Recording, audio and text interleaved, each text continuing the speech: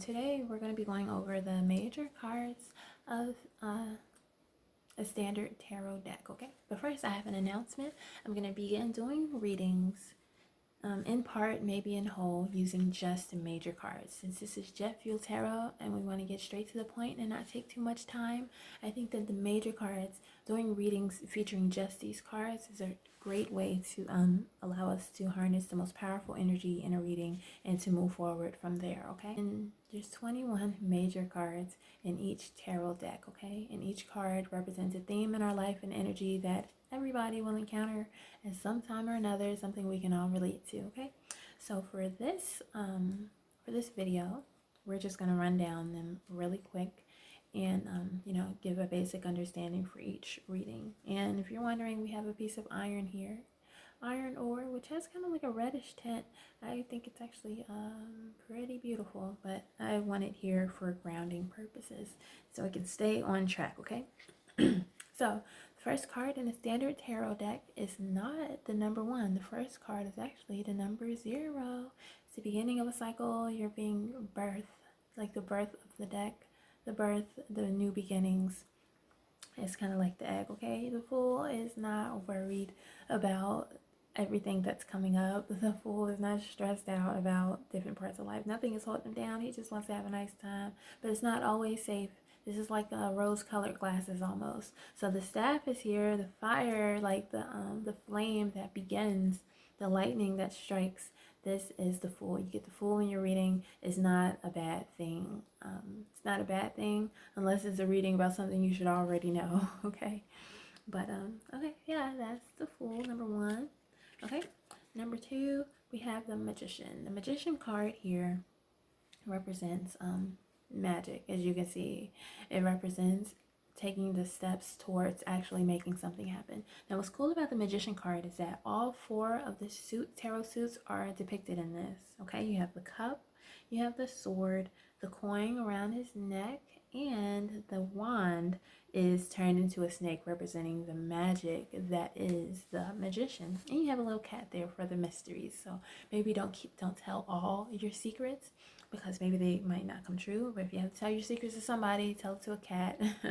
But yeah, the Magician is definitely an optimistic card. But this is also a card, see, with the yellow background that represents, see, with the yellow background, it represents optimism, all right? So if you want your magic to work, you have to think positive thoughts onto your magic so that it will manifest in the way that you want it to, okay?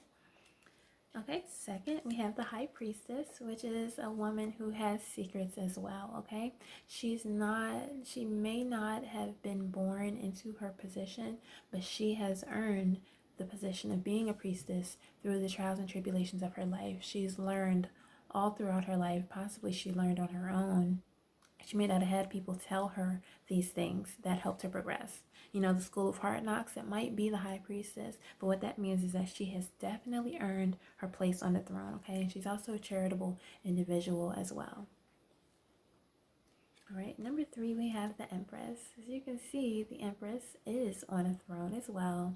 And unlike the High Priestess, she might have been given this position. She may not have earned it, so to speak, but she is here for the people, all right? So if she's in the throne, if she's in the kingdom, her concerns might be with the people who run the marketplace, okay? The people who grow the food. She wants those people to be okay. She's looking out for the little guy, but she's not really going to get her feet dirty or her hands dirty. She's probably going to be good at telling other people what to do.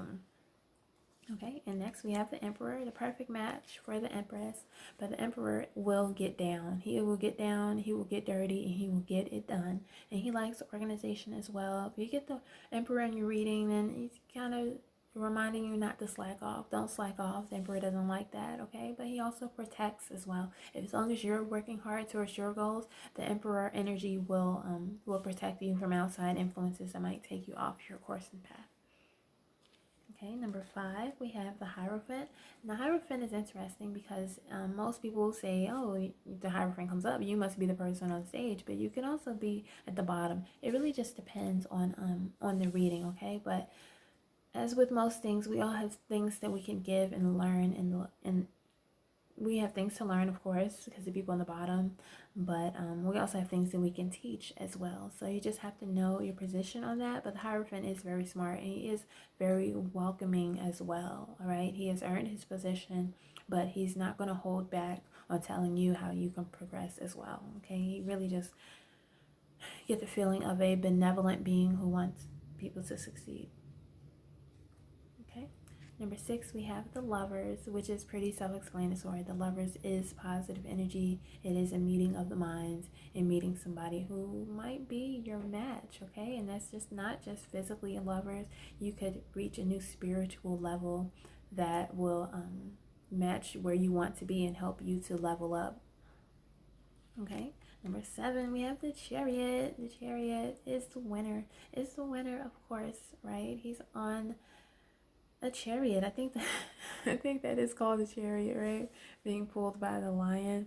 But yeah, when the chariot comes into town, everybody looks and sees because he's known for accomplishments. The chariot gets results, and that's why he wins, all right? And so if you get the chariot and you're reading, this is generally a good thing. It means that you're getting results. But if it's like a reading for like a beginning of a business or something, then it's reminding you to be focused on the results that you get. Results are very important because it shows the fruits of our labor. Okay. Next, we have the Strength card. The Strength card is about inner strength, okay? Because like this woman has tamed the beast. Sometimes we have to tame the beast in our own mind, and that means letting our ego get out of the way, right? She's balanced because she can tame the beast. So that means she knows how to like, she knows how to be a little forceful, but she's doing it while holding the flowers. So she's not letting the forceful energy overpower the gentleness required to keep flowers looking beautiful. And it goes vice versa as well. She's holding the flowers, but she's not so delicate that she can't tame a beast at the same time, okay? So this is really just being a master of your own mental energy. Okay. Next we have the Hermit. The Hermit is one of my favorite cards actually because this represents going inside of yourself to find the answers, okay? The Hierophant has his own flame going, and he also has the rising sun, even though I guess that could be the moon too, but whether it's a sun or a moon, it's still like a heat energy. It's still a heat energy, especially because you have the staff there as well. So if you get the Hermit, it might be time to kind of like look within yourself. Other people might not have the answers. You might feel alone on the road, but that's okay because when you're alone, there's nothing outside to cloud your judgment. And then we have the Wheel of Fortune halfway through the major cards. The Wheel of Fortune does represent the coins energy. As you can see, there's the four fixed signs of the zodiac are represented in the Wheel of Fortune. Let's see, we have the Fairy, which is the Aquarius. We have the Bird, which is, oh, what is the bird? I'm sorry, but I know that we have the Lion and the Bull, okay? The Lion being Leo, the Bull being Taurus, and so the bird would be Scorpio. There we go. See, I knew it would come around. But there's so much going on in this card. You have the snake, you have the lion, and you have like this mysterious figure down here actually. So there's a lot going on with the Wheel of Fortune, which means that it's all about what energy you decide to channel into, okay? If you decide to go into the weird energy, then you're going to get some weird fortunes. But if you want the positive energy, you're going to get the positive fortunes, okay? But it's fixed. So try to be strong in your resolve and things should go your way. This luck, fortune, justice, of course, you can see this is the Libra card with the scales of balance, okay? The Justice card is about being fair. As you can see, things are balanced. They're not the same, but they are balanced and equal. And the Sword is down here, meaning that he could stand up and go for a fight if he wants to, but it's not necessary because he's balanced enough to know that there's more than one way to tame a lion. And then you have the Hangman, which is also self-explanatory because the Hangman put himself there. He's very insightful, very smart. He has all the knowledge in the world, but for some reason he's still in a effed up situation. So if you get the Hangman, that means that you know the answers and you probably know the right thing to do, and you just gotta do it. And then we have the Death card after that, which represents transformation. Transformation doesn't mean somebody's gonna die, but something is ending. Followed followed by Temperance, which is a beautiful card. That's the angel of balance. It's just being balanced. Don't allow yourself to become too stressed out. When you get the Temperance, try to stay calm. And remember that angels are on your side, or see yourself as an angel if you can, because we all have that side to us, all right? This is a card of peace. This is the most peaceful card, I think, of all the major cards. And it's nice that it's in between. This is number 14. Death is 13, because number 15 is the devil.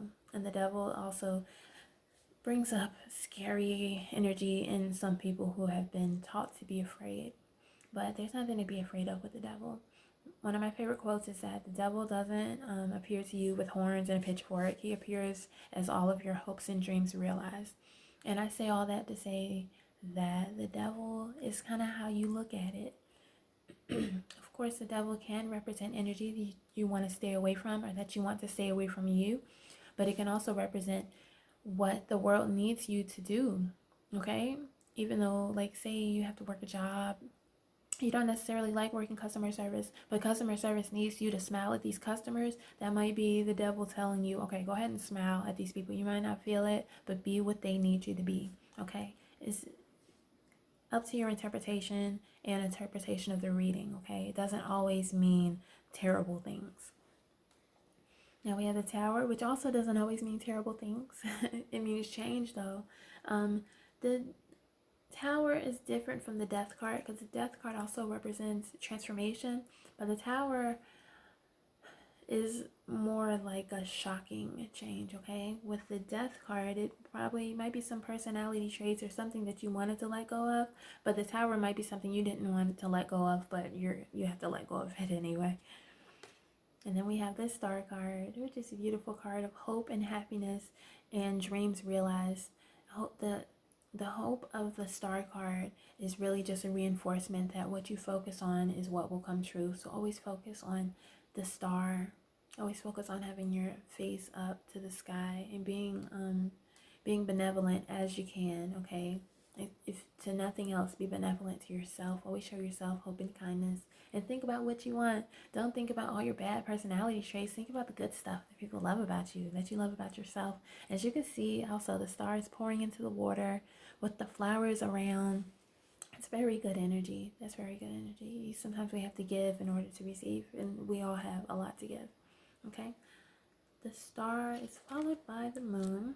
The Moon is also a mysterious card because different tarot interpretations say different things, okay? Sometimes it says mystery, sometimes it has bad energy connected to it, but I don't think so. It's really about feelings, okay? And in that way, it might be bad energy, because feelings are not the best way to lead your life by how you feel. Don't lead your life by how you feel, because that can be deceptive, okay? If you're going to go by how you feel, choose how you feel and then go that way. Which means choose happiness if you can. Because you have the Sun. The Sun is a very positive card. If you get the Sun, it's definitely like look up. Look up and stay optimistic. Good things are on the way. You're on the right track. Everything's wonderful. Just keep your connection. You can see the bull and the baby is happy, and you got this flower there. But you see the bull has a connection, direct connection to the Sun. Okay? If you keep the Sun in your life, let the Sun come down on you, then the connection of the blessings of life, because the Sun is the ultimate source of life on this earth. And so, you want to give life to your ideas, give life to your visions. Think about them in the most optimistic perspective as possible. And then we're winding down now. We have the Judgment card, number 20. This is a card, I guess, of like your ancestors. Your ancestors know you best. They know your intentions. They know your heart. And that is what you will be judged on. If, Day of Judgment, I don't know about that. But all I know is that this is a card about what's in your heart and what's true. You can tell people anything that you want to in the world, but only you know your true intentions, and that's really all that matters. And finally, we have the World card, which is hopes realized in dreams, to the end of a cycle. This is a yes card. Please go forward with your visions, go forward with your ideas, or you may be in a completion stage. You know what I mean? If you get the World card, maybe you just need to stay where you are and just enjoy the moment. Okay? And this is also a card of travel. Take advantage of opportunities that might present themselves to you as well. Okay? The world is at your feet. All right. Well, that's the end of this interpretation of the major cards. And like I said, I'm going to begin doing readings exclusively with these 22 cards. So stay tuned for that. But as always, I want to say thank you for watching, and please subscribe to Jet Fuel Tarot for more readings and spiritual information. All right.